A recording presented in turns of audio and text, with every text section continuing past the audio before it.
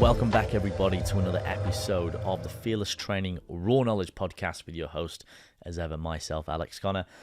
And look, we're into the Training Fundamentals series. So this episode, we're going to talk about progression. Last episode, we summarized adherence again in relation to training, and we talked about volume, frequency, intensity, what they were, and how they actually interact with training, and how you can use them to maximize your physique and your performance. So as ever, if you've not listened to any of these episodes prior, I highly recommend listening to these ones in order, although they'll still make sense and you can still apply the fundamentals and the principles.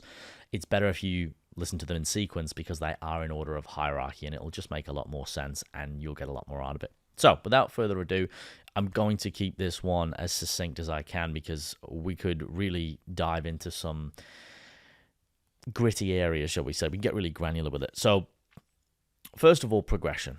And this is where, with training, just like nutrition, people get things really out of order and they really focus on the things that are very specific, and sometimes they're a bit tunnel visioned. So progression can come in many forms, and this is the first thing that we want to understand. A lot of the time when people enter the gym, they go, we've talked about this before, they do anything, they get results, and they keep doing what they think may work, and at some point they hit a bit of a plateau, they hit a bit of a wall, or they start to regress even, go backwards. And usually it's because the technique is not where it needs to be, the understanding of how to organize your training, which we talked about last time, your frequency, your volume and intensity, and then also the progression strategies are not there, or the knowledge base isn't there. So a lot of people will just go, cool, I just need to put more weight on the bar every week. And that is not necessarily the case, and that's not necessarily going to be sustainable, especially in the long term. So when we're looking at progression, we want to think about maximizing muscle tissue for physique enhancement, but we also want to maximize to some degree strength. And then there becomes a point where there's going to be a little bit of a crossroads. And I talked about some recommendations last time in terms of how to prioritize that volume, whether you're looking more towards hypertrophy, fancy name for building muscle, or whether you're looking more for strength, i.e. if you were going down the route of powerlifting. However, strength and size coexist together, and the relationship is very intertwined. So a bigger muscle has a potential to be a stronger muscle, and a stronger muscle has the potential to be a bigger muscle. So at the end of the day, if our goal is strength or size, then we need to pay attention to both, and they are important. It's just how we organize it and at some point prioritize it. And if you're going to keep getting bigger and stronger, you need both, because at the end of the day, if you want to move more load, you need more horsepower, i.e. you need more muscle, contractile tissue. So we're going to talk about progression, and progressive overload is something that we should first of all address. So what is progressive overload? Progressive overload is the principle of progressively increasing your training volume, load, intensity, whilst almost overreaching, or getting to the point of what we say overreaching, which is where there's a little too much, so we can realize adaptations, whether that's strength and muscle, and then we have to usually rearrange that or back it off by using things like deloads, which is a purposeful reduction in your training. You may or may not be familiar with this. So a deload is where we would purposely reduce the training volume by a sets, intensity, reps, etc., even frequency, but we're still actively training throughout that week. So therefore the body can over recover or recover adequately, and then we can reintroduce training over the next weeks. So if we have a training block, for example, over 4 weeks, this is just an example, we might have done a deload after a period of time. A deload can be proactive or reactive, meaning you can take a deload when you start to feel that your body's not recovering, when you feel tired, your training arousal, shall we say, is not quite there, you're not excited, you're not sleeping so well, all of these things start to happen and we want to reduce that training volume. Or you can be proactive and go, you know what, at this point, every X amount of weeks with this training load, I find that I start to dip. That's when you take a deload. The more advanced you are, the more volume you juggle, generally is the more frequently you will deload. But genetics play a big part in this as well. Some people can train for a bit longer, they can recover from a little bit more volume. So once again, there's all of these variables to consider, which we talked about in the adherence episode, right? So it's not a one size fits all. So with that in mind, we understand progressive overload, and we need to do this over time. We need to shift a certain amount of volume and weight over time. We want to accumulate more to a point. But there's only so much we can do, right? Because if we think about this logically, if people were continually adding weight to the bar, wouldn't we have humans on the planet that were lifting tens of thousands of hundreds of thousands of kilos if it was a complete linear increase in weight or in volume over time? Well, no, that's not the case, is it? Now, there are some very strong individuals out there, but it's all relative to where they started. So initially, we had this big spike. The first 12 months, again, assuming that we're training, fairly intelligently, we're going to make the most gains we're ever going to make. And the problem is sometimes that leaves us with an unrealistic expectation. And we go, okay, great. I'm going to now do that same trajectory every year. So a new beginner gets in the gym, they get on a bench press, they start benching, they get to 60, 70, 80, maybe even 100 kilos in that first 12 months. And they go, oh, great. So next year I'm going to be benching 200 kilos. And unfortunately, they're usually not. Now, I'm sure there's people out there who do, but that might be a little bit specific to them. Usually what will happen is they will continue training, they'll hit a plateau, they will try to add more weight, they might regress, they might even get an injury, they could even give up, they could get dissatisfied, or they just end up kind of spinning their wheels and never really progressing. And this is where we need to understand progression strategies. So again, I'm going to go over the main progression strategies and the main elements of progression today. And I'm going to identify, I'm going to define, and I'm going to give you some key applications and takeaways as ever, so you can maximize your own training. So the first one is obviously weight. When everyone thinks of progression, they think generally more weight on the bar. Now, this is obviously great in the early days, and we're going to be able to do this from session to session. As long as technique is sound and it's satisfactory and it's good, it's going to be good enough to continue to progress, because remember, strength is a skill. The more skillful you are, the more load you can move. But even just that initial adaptation of doing something, you're going to be able to do a little bit more next week, generally. So again, assuming nutrition and rest is adequate, we're probably going to be able to, on the big lifts, maybe add 2.5 to 5 kilos every week. And then it might become bi-weekly, and it might even become monthly. And on the isolation exercises, that might be a little bit less. So the bigger movements, the bigger compound, multiple joint, multiple muscles, that we're going to be able to accumulate and grow more. Think about your squat variations, your deadlift variations, your big presses and pulls, etc. Right? You're going to be able to progress on those a lot more. And you probably found this in your own training already, where, for example, a bicep curl, you can't exactly add that weight every week, right? It's a smaller muscle, it's a smaller movement. You sort of hit a plateau a little bit more. So depending on movements, this is going to be categorized as to what progression we actually use. So weight, again, is adding weight incrementally depending on the lift and depending on the goal. And usually in the early days, we can do that more frequently. The next one is reps, okay? So reps is something that we can easily add in, and we can start to add on those, again, usually weekly or bi-weekly, or we might do something where we change the progression, and we might have 1 week we do weight and the next week that we do reps. Now, when we talk about these progressions, they come under categories of names. So I'm talking about the elements of progressions at the moment, but the actual categories of progression are things like linear progression, meaning that you're choosing one thing to progress in and it's linear. So that might just be weight every week, and that's great for a beginner. And then you might move to something called double progression. So this is where we add weight and then add reps, as we talked about. And then you've got all of these other ways that we can do it, right? So you can do things like DUP, WP, and all these acronyms stand for daily undulating periodization or weekly undulating periodization. And then you might have heard of programs like the Conduit program or Wendler 531, or people, put their own spin on it. But ultimately, there's no magic programs, and you need to understand this. The fundamentals of the program and the progression strategies are what make them work. So I'm not saying they're not great, but you can't get married to one of them. It's just kind of like the nutrition principles.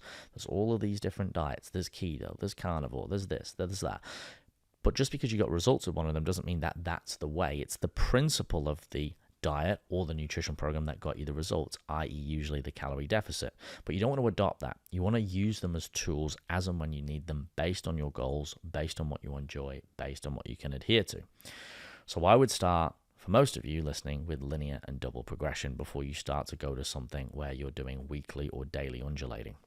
And that can get a little bit confusing. So we'll unpack that a little bit more, but let's talk about more now the elements once again. So we talked about weight, we talked about reps. Now let's talk about sets. We could also increase set volume, and this is where you're starting to move now into that daily or weekly. So on a main lift, on your first week, you might have 3 sets of 5. On the next week, you might have 4 sets of 5. And then on the last week, you might have 5 sets of 5. All with the same weight, but you've built volume via sets.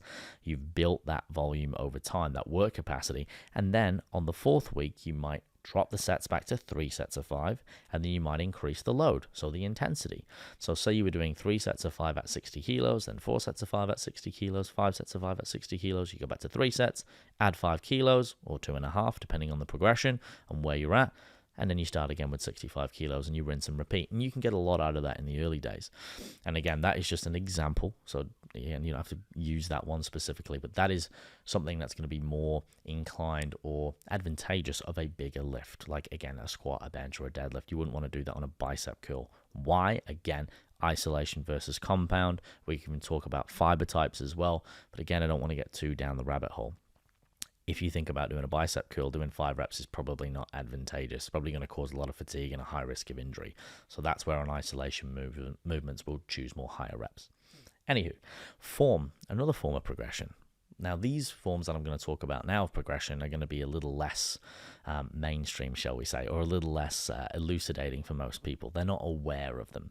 So your form is a really big one, especially when you're starting off. If you can improve your form, if you can improve the mind-muscle connection, i.e. actually feel it in the muscle, you can connect the way you get into position on lift, the tightness, the way you set up, these little things that you might be learning from a coach, or again, if you've got, some good resources and coaches that you follow that can help you, shout out. If you want to check that, you can go to my Instagram channel where I upload these videos every week and help you improve your form and avoid the biggest mistakes on all the lifts.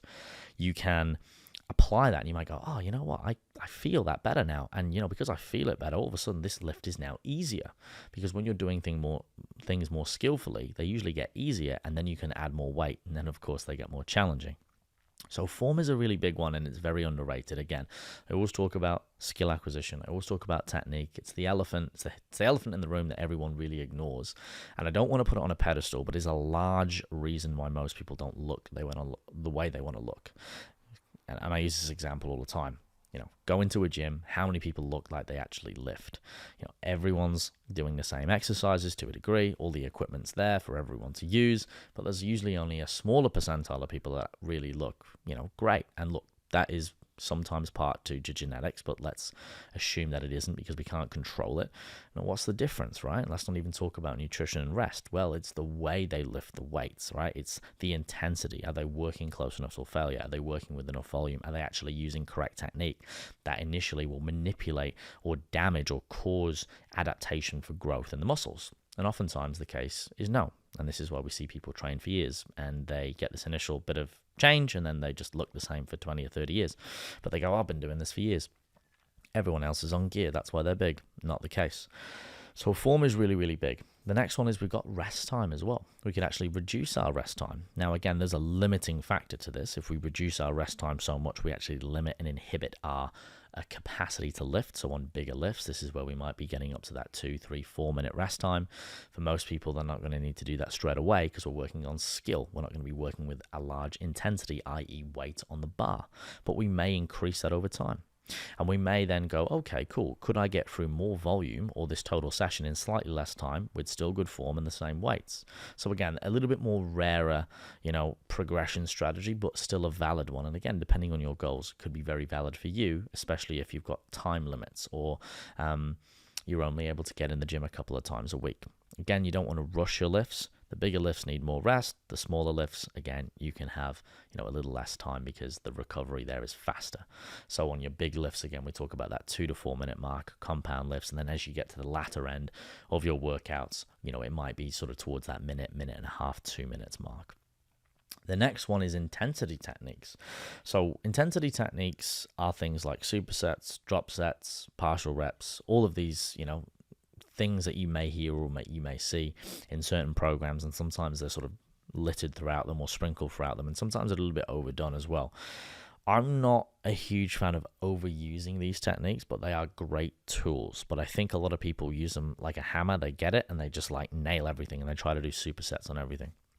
We've got to understand that we want to use these as a tool. So this is great also if you've got a time limit or you are very sparse on time, you might need to superset. And the way we superset is generally when we're actually supersetting a muscle group and then we're doing another exercise straight after it, which is training the same muscle group. So we're supersetting. However, There's another way, which I'm more of a fan of, which is an agonist and antagonist paired set, which is like a superset of the opposite muscle groups. So for example, think about doing a bicep curl and then going into, say, a tricep, or the other way around. You do a tricep exercise and then a bicep exercise. So while one muscle is working, the other's resting, and then vice versa. So that's a very efficient way to train two muscle groups in a faster, shorter period of time, and then you may have a rest period and get through just as much volume without sacrificing any form. Again, drop sets. If you were low on time, you might go, cool, I don't have the time to do 5, 4, whatever it is sets. So you might do 1 or 2 good sets, or even 1, and just drop sets. So every time you finish or you get close to a failure, you drop the weight and you go again, you drop the weight, you go again, you drop the weight and you go again. Now, I'm not going to go through all of these techniques, but again, these are part of progression. So you may add these in as you get more advanced, or as you get further into your block, you might add these intensity progressions in, even AMRAP, so as many reps as possible. But I'd save that for more the isolation exercises. These intensity techniques are usually better, whether you're doing, depending on the split of your day. If you're doing compound movements, you probably want to do it on your main lifts to a degree. You could do it on compound, but you'd want to do sort of like back and chest, shoulders and triceps, things like that, back and arms. But on your big lifts, you could possibly sacrifice a little bit of form, a little bit of fatigue as well, so or volume. So you might want to keep, like, say, your big lifts, like your squat, your bench, your deadlifts, things like that. You want to keep those on their own where possible. But again, feel free to use these techniques as and where you can. But again, they're just one of many tools that you can use. The last one I want to talk about is recovery time as well. So how does that work? Well, recovery in terms of progression can be a good gauge on how you're progressing. So say, for example, you were only manipulating 1 or 2 variables, and that was maybe a little bit of weight and a few reps. And your progression over time, your recovery over time was getting better to the point where you're like, okay, like I'm less sore, and I'm able to recover faster, or maybe as you're gradually increasing that volume, your recovery is still adequate. So that could be a sign that you're able to recover faster, you're able to tolerate more volume. And recovery is really underrated because a lot of people don't overtrain, they under-recover. They're not getting enough sleep, the nutrition's inadequate, the hydration's inadequate, they're not replenishing the body, even massage, stretching, basic things like that you can do, housekeeping to keep the body mobile. So these are little markers as well that you can use as progressions. And another thing to note while we're on the topic of muscle soreness, so we've got an acronym called DOMS, Delayed Onset of Muscle Soreness, right? In the early days, you're going to be more sore. When you start something, again, if you went out tomorrow and we all just went snowboarding, we'd be really sore if we'd not done it for a while, if we'd never done it at all. But over time, if we kept doing it, our soreness would reduce and we'd be able to tolerate more and more time on the snow. And it's the same with weight training. Your body adapts over time and it can handle more and more and more. But obviously to a point, and then you have to back off, you have to rearrange things and then go again. It's almost like filling up a bottle, and that's fatigue, and it's filling up, and then as you get to overflow a little bit, then you got to pull it back down again. Hence the deloads, or the reduction, or the reorganization of volume, frequency, and intensity. And again, we do this via reps, sets, all of those things, and the elements we talked about last time. Because again, all of these elements now fall into the latter element that we talked about: volume, frequency, intensity. So know that you're not always going to be as sore as you were in the early days, and soreness is not a direct correlation of the success of the workout. A lot of people think that, if I'm not sore, I've not done a good job. Not necessarily the case. You will adapt. So when you do things repetitively, you'll be less sore because your body is more adapted to do them. When you change an exercise, you might find that that soreness spikes up again. Why is that? Well, it's a variation of change. You might say, well, I'm still using this muscle group. I've gone from using my quads, my glutes, my hamstrings on this squat variation to doing the same muscle groups on this squat variation. And it might be even the difference between doing a barbell squat and a Smith machine squat, and you'll just be, you'll still be sore. And you'll be like, well, how's that? Because it was almost the same movement pattern. The little variances in terms of how mechanical tension is loaded on the body make a huge difference, and that's enough of a stimulus to get sore. And this is why we do want to change exercises every so often, but not super frequently, and we're going to talk about that next time, because if we don't, we might find that we stagnate, but if we change them too often, we're not really giving ourselves time to progress with that movement pattern and actually progressively overload it. So again, we're not trying to chase soreness, and we're not trying to confuse the muscles, air quotes, for people listening, all the time, because we don't give ourselves the opportunity to learn, grow, and get the most out of those movements. So, to recap, we talked about progression. We talked about the categories of progression: double, linear, DUP, WP, all of these different types, like weekly undulating periodization. and progression and daily and all of this, right? But again, they are tools. For most of you listening, start with the basics, start with linear and double. And then we talked about the types, we talked about weights, we talked about reps, sets, form, rest time, intensity techniques, and recovery. And again, this is a small deep dive. This is not a super right down into the nitty gritty, all right? I want to give you an overview, and most of you just need the basics. Most of you will just utilize those. And even in the latter stages, never neglect the basics as ever, because they will take you the rest of the way. Training is not as complicated as you think, and it doesn't need to be, and this is exactly why I'm doing these series. So if this is something that you want to learn and understand, and you want me to help you with this, then click the links in my bio. You can apply for coaching. We can have an honest conversation about what it's going to take, and if it's a good fit, we can get you started with something. Aside from that, guys, we're going to talk about exercise selection next week, and this is the one that most people think of when they think of the training elements. These are the exciting things, but again, it's not quite there yet. You can see how these latter principles, or these earlier principles, are much more important, the overarching themes. We're doing the broad strokes of the painting, if you will, and then we're going to start to fill in the details now and the importance of it, just like we did with nutrition. So if you like this episode, give it a like, please share it.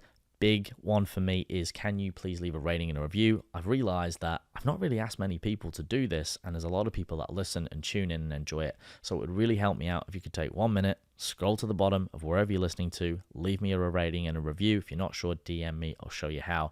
And look, that helps the channel grow, and it helps us help more people like you. So thanks for tuning in, guys. And of course, until the next episode, Lions, stay fearless. For those of you who are confused, frustrated, and sick and tired of not seeing the results that you want or deserve, make sure that you click the Apply for Coaching button in the description below and line up a completely free consultation with myself, where we can discover if it's a good fit as client and coach, and take your health and physique to the next level once and for all.